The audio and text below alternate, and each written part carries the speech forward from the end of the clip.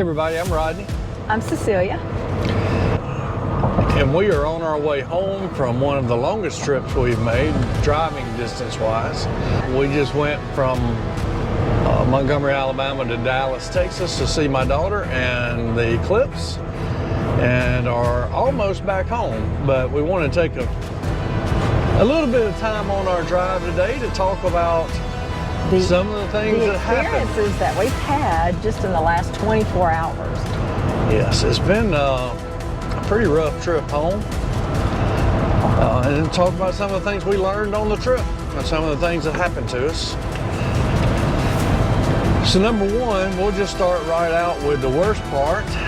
We started out from Dallas yesterday, got about 2.5 hours down the road, and had 2 tires blow out on the camper. Now, what we learned from that is that you need to verify that you have roadside assistance on your insurance or AAA or something like that. Or Good Sam, you need to make sure what you have. Because we thought we did. And so my first thought was, I'll just get out, jack up the trailer, put the spare on, and then try to get somewhere to get everything fixed. Well, the problem was the jack that I have was with the truck, and I thought that it would work. It was not big enough, and the jack stripped, and basically I couldn't change the tire. So then we started trying to figure out what's next. So you learned that you need to get a bigger, you need to have a 20 ton. Right, a 20,000 pound jack, which I have on order now. And another thing that I think I'm going to wind up doing is getting an extra spare tire to carry in the back of the truck if we're on long trips. Because one spare tire, you cannot get down the road with one tire. And what you learn is, if you have a blowout, there's a high probability both tires on that side of the camper are gonna go. So you're gonna be down to one tire if you don't have 2 spares. So that's one thing we learned, or a few things we learned. 2 things we learned is have a jack that's big enough to handle your camper. And double check your insurance, your roadside assistance before you hit the road. Yep, double check, because what happened when we started calling around is I called my insurance company and they told me I did not have roadside assistance on my camper. And I argued that, and then I asked for my agent who was in a meeting. They said they would have him call me back. After a while, after probably an hour or more, they did call me back and tell me I did have roadside assistance, and they were sorry, but they would repay me if we could just get whatever we need done. So basically they said call around and get somebody to come help you and then bring them the receipt. Well, the problem was calling around, we couldn't find anybody. We called what are those, Flying J's roadside, the TA, we called several places and nobody was willing to help. Then we started calling local towing companies and finally got one. Actually, the first towing company that we called there in Halesville was Action Truck and Auto, and they said they could send a service repair personnel just to bring us a jack. But it would be a while. It would be a while. They couldn't guarantee. They had a couple of towing trucks. They couldn't send those out, but they had a service guy and a truck, and that he could come, but they didn't. He was on call already. Didn't know when he'd make it there, and we were waiting on the storm to come. The storm was behind. Oh yeah, we were in the middle. In the middle of 2 storms, trying to get stay in the dry area. Well, the rain behind us caught up. But but they came. They did come. Very responsive. But not only was my insurance company questionable at the time, I also have AAA. But when I called AAA, they informed me I don't have AAA on my trailer. So they wouldn't do anything.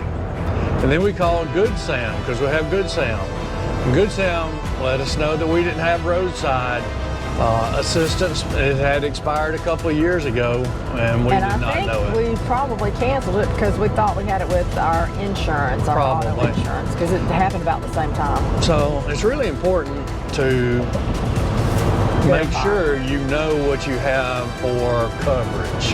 Yeah. Now, since then, we have gone back to Good Sam and added. Yeah, we added their the highest Plus. level. Yeah. They've got that run. They got a special running, so you might want to check out the Good Sam's Platinum Plus for your RV. Or Platinum Complete.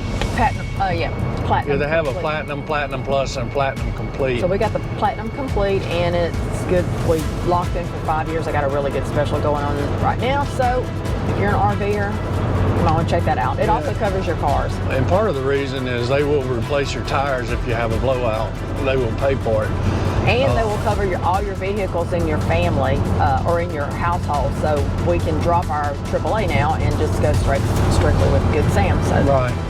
So what eventually happened as far as the tire goes on the way home, or once a tow truck driver got there, it took us a while to get the tire changed. In the rain. In the rain.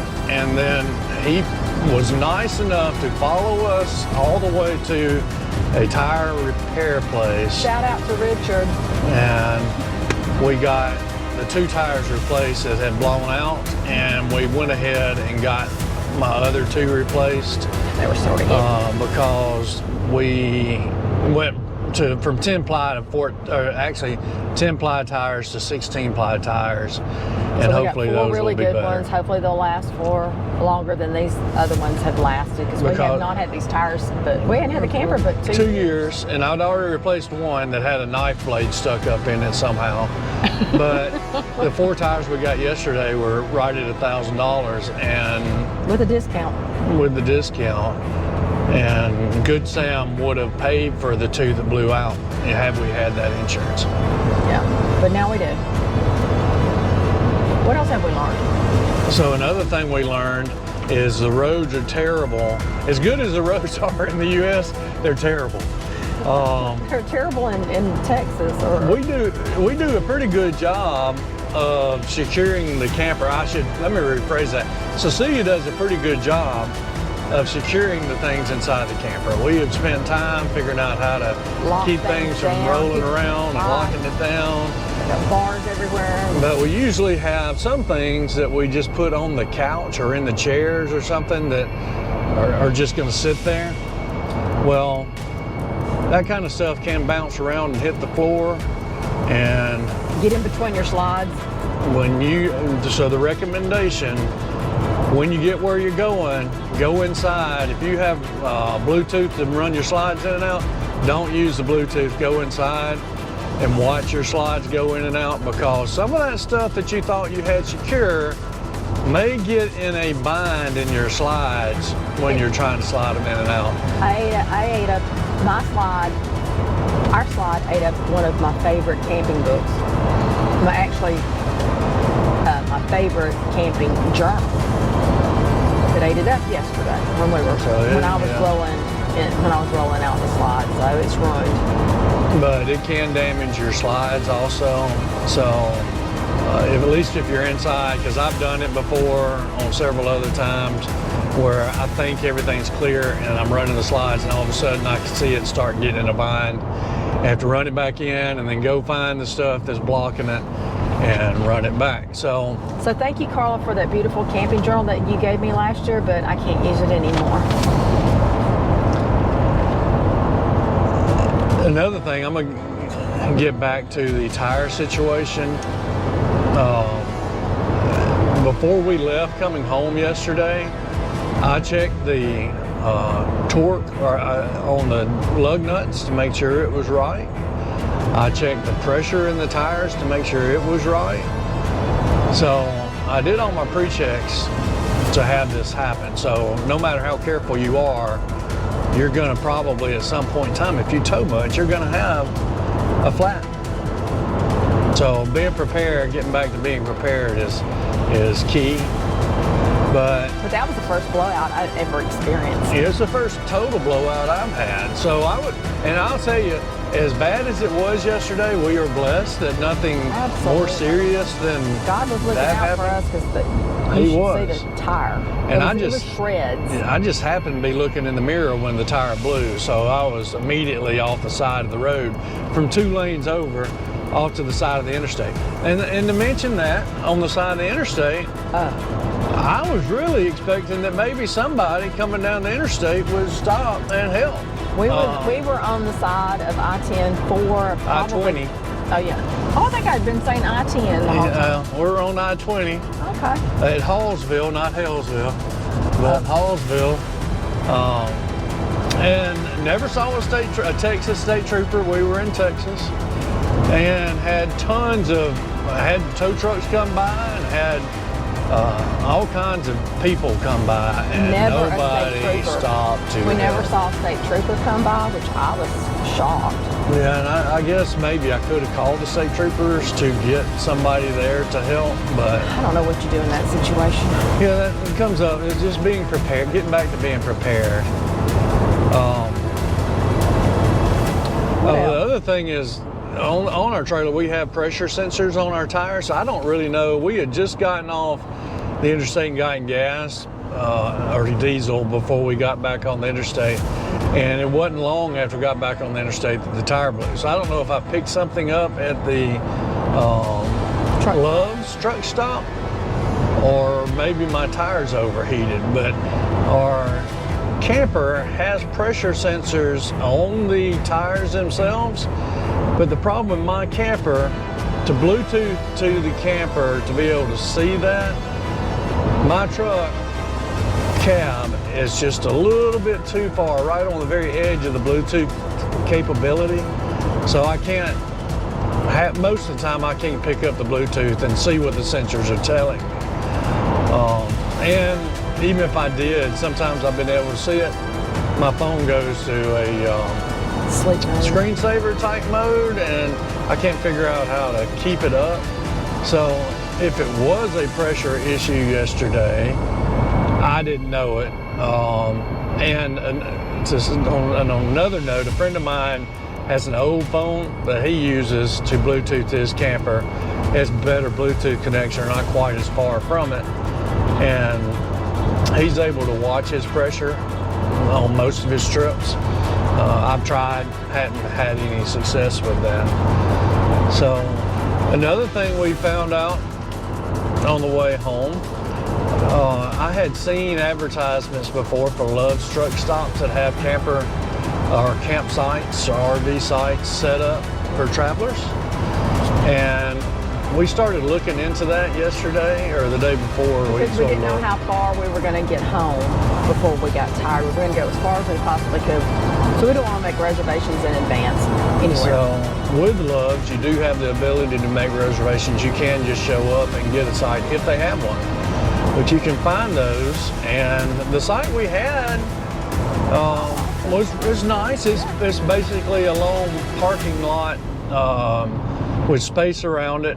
Had power and water. The 30 and 50 amp and water. Right. So the Loves we stopped at, they did not have sewage. I do believe that some of the Loves do have sewage. But they have a dump, you know. And we were right by the entrance, so Cecilia luckily had a sound machine, which drowned out most of the sounds of the trucks coming in and out, but not all of it. And every now and then the truck would come by that it would rattle the trailer. But I was tired. All in all, I mean, you got to have a place to sleep, and all I want is I want a safe place to sleep, and I felt very safe there at the Loves. Yeah, and what I liked about staying at the Loves is right there I was disconnected. I could go fill up with diesel. I could go get coffee first thing in the morning. They have restrooms if you want to use their showers. Most Loves have restaurants in them. Yeah, the one we stayed in had Chester's Chicken, which is awesome. So you do have a place to eat. You can get coffee in the morning. So there are some benefits to staying at the Loves. And be right on your way because all the Loves are at the interstate. Yep. Anything else? What are the trying to takeaways? What are the takeaways? Yeah, I think if we were to summarize this, or Know before you go. Yeah, no, yeah. That's a good Know title. before you go. Know before you go, because that was our biggest problem, was not knowing what to do when our tire blew out. Yeah, and I really, yeah, with as much as I thought I knew what I was going to do, all that went away when people started telling me they would not help on the phone. So it's going to help me prepare for future trips, especially long trips away from home. I will be better prepared. I will have a jack that will handle the load, and I will have probably 2 spares, one on the trailer and one in the back of the truck.